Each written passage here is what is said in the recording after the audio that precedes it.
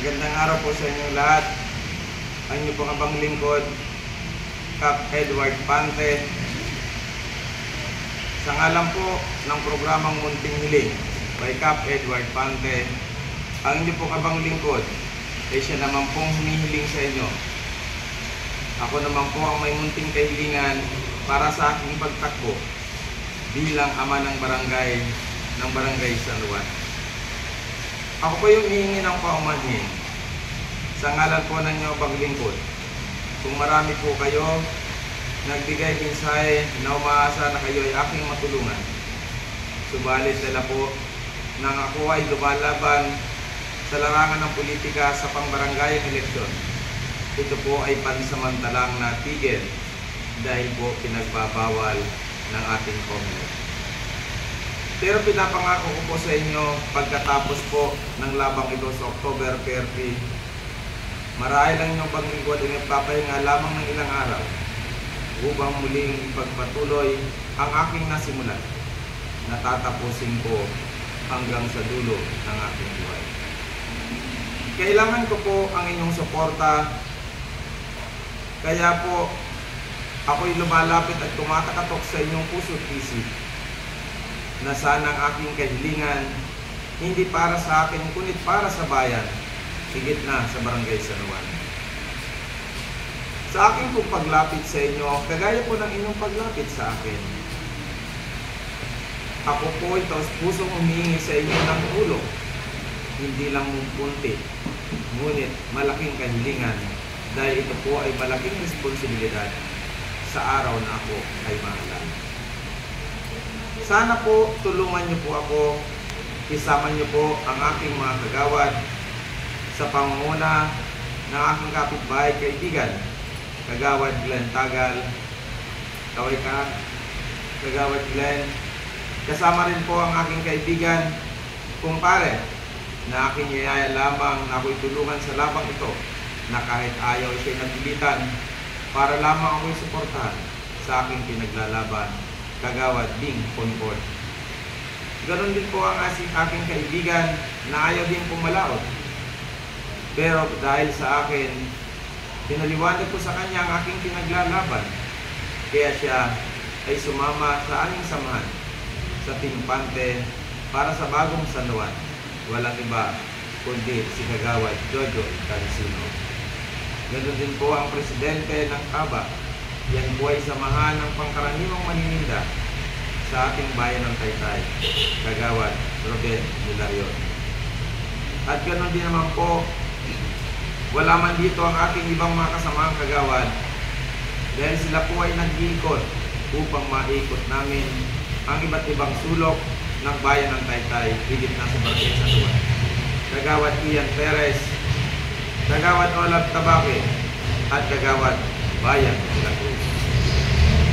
Ako po ay dumudulog sa inyo at taos puso na kumakatok sa inyong puso at isipan na sana sa labang ito, huwag niyo po akong pabayaan. Ang laban ko'y hindi ko laban ito, laban natin lahat para sa pagbabago. Hindi ko po sinasabi na masama ang aking katunggali, ngunit sila po ay 3 dekada lang nakaupo sa ating barangay San Juan.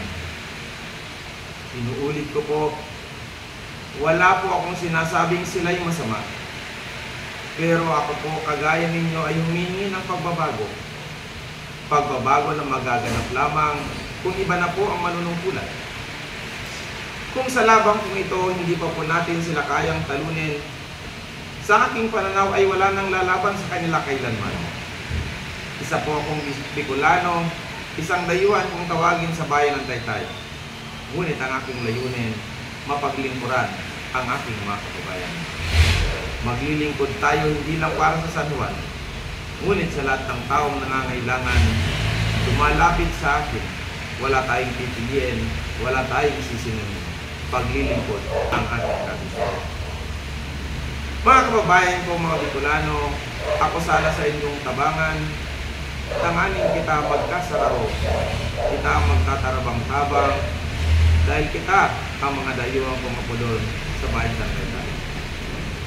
Sana kumakatok sa inyong mga puso ang sa itong kababayan.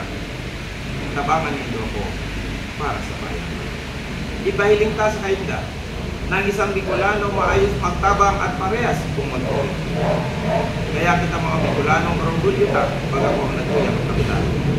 Kaya sa inyo mga kababayan kong Bicolano, manaway, Nini at Nonoy, sana ako inyong tabangan. At pinapangako ko man sa inyo, natatabang ko mo sa oras kan sa inyong kagipitan.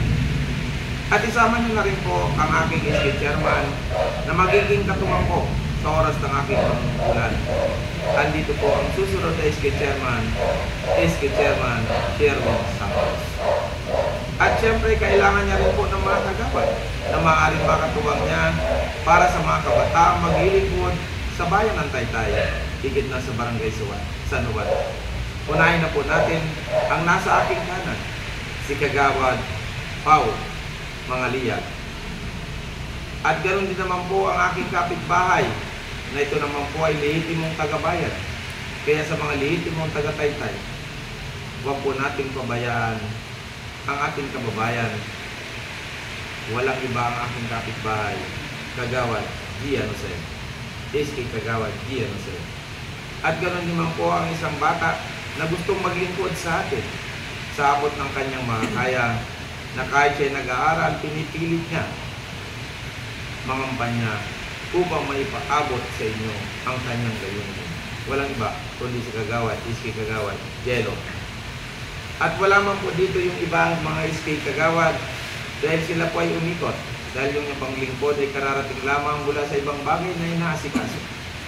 Wala man po dito si Kagawad Tony. Iyan po ay tagalaylayan sa Floodway di Damayan.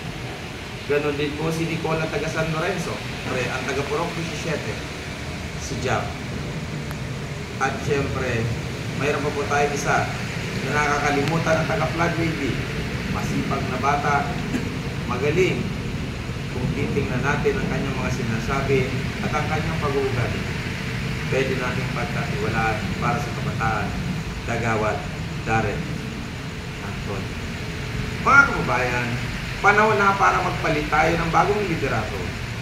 Hindi ko po sinasabing ako na ang pinakamagaling. Ngunit bakit hindi niyo po ako subukan? Kayo'y aking mapaglingkuran. Dayuhan man akong matatawag sa Taytay, pero kagaya na rin po ako, isang Pilipino, isang probinsyano, nangarap, umunlad.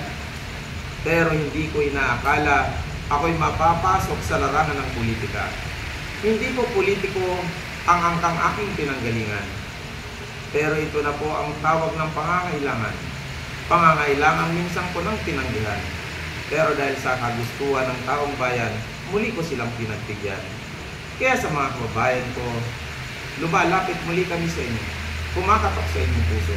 Tulungan niyo para sa inyo. Muli sa lahat po ng aking mga natulungan sa programang Munting Hiling, hindi po ako naniningil. Ako po'y kumakatok sa inyo ng aking kahilingan, maging ama ng barangay. At sa mga hindi ko po nararating makaaasa kayo ng inyong abang lingkod, ay ipagpapatuloy ang aking masigla. Dahil sabi ko nga, sa oras ng kamatayan, ang kayamanan ay hindi kakayang buhayin pa. Pag ikaw ay tunawag na ng kamatayan, wala kang magagawa. Ang pera iyong naipon, iiwanan mo lamang. Kaya ang aking ginagawa, ang aking pinaghahanda, ang aking ipinaglalaban, ang pangalawang buhay na aking natamo, na ang buhay na ito ay maging halaga, maging makabuluhan para sa bayan. Sabi ko nga, ang kaligtasan ko ay nakasalalay sa akin, sa aking magagawa, sa aking ginagawa, at sa aking magagawa.